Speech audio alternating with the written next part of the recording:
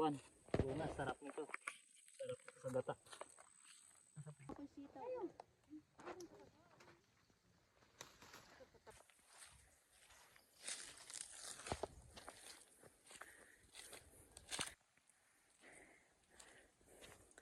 Ay, aga batang ganyan, parang bansot na ano. Masarap yan sa kuan, dahil sa balatong. Hanggang saan te? Yung malambot pa. Ayan, mangunguha po tayo ng talbos ng ampalaya.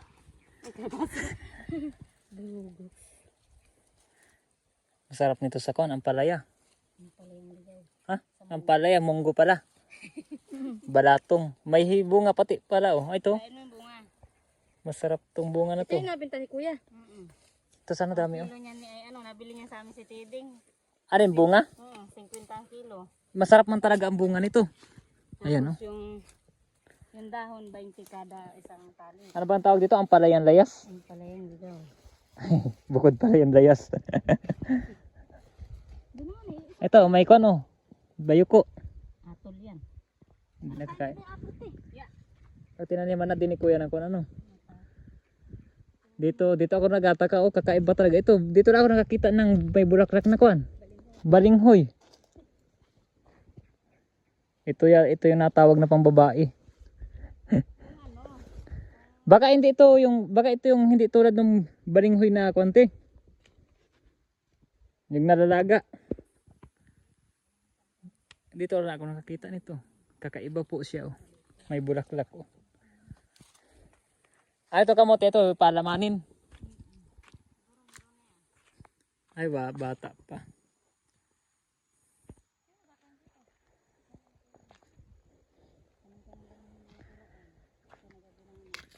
Ah, ibig sabihin tanggalin na itong kuan na ito, dahon.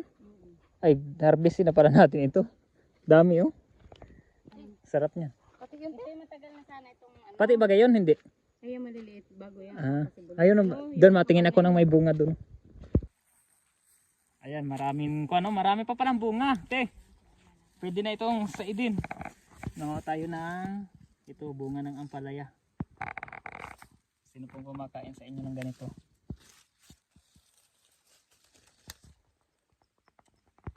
Marami pa mang bunga, te.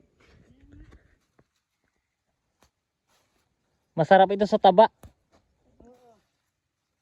Tabang karne. Yung karne ni. Baka sa bawal na sa kanya.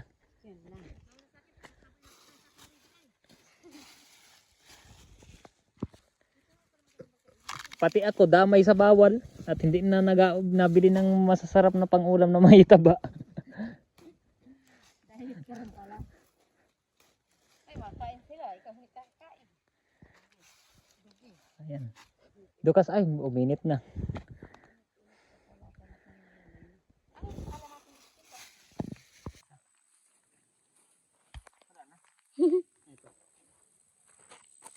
Tapos itong dahon, dalahan na yan. Kala ko nga, malilom na sa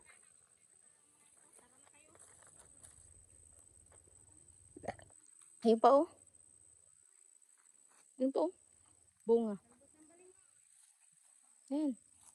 Ayan, sige pa, unahan pa na kamay mo. Wala yun pa. Hindi oh.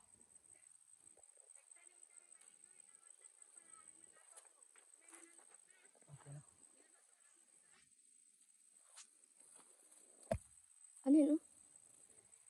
Alin?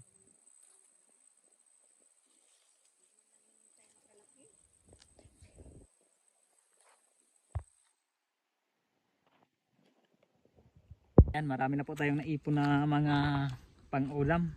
Sobrang dami nila dito tanim ng mga gulay-gulay oh.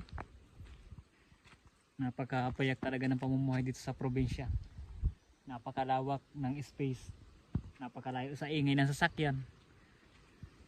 At saka pati kahit saan lugar o pwede kang magtanim. Kahit hindi mo sariling lupa, basta magsabi ka lang sa may-ari, magpapaalam ka na magtatanim ka ng mga gulay, papayagan ka naman.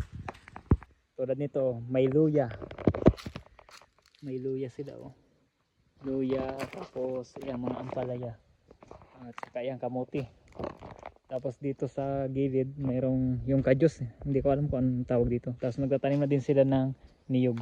Sa bagay, ganito din naman yung ginagawa namin. Ang problema dun sa amin, wala kaming maitanim na mga gulay dahil maraming mga gala na mga kambing at baka. Ayan, mayroon silang kamuting kahoy o mas kilala dito sa aming probinsya na balinghoy. Ayan, sobrang sarap ng kanyan, ng talbos at saka ng laman. At dito sa gilid ng sapa, meron silang mga ubi at gabi. Ayan o, gabi. Napakalaki. Tapos ay yung mga papaya. Bali ito kaya malinis ay kapuputi lamang ng mais. Kapuputi lamang nila ng mais. Ayan yung mga kasamahan ko, nagpuputi sila ng gulay. Talbos ng ampalaya na ligaw. At saka yung bunga, yung bilog. Napakasarap.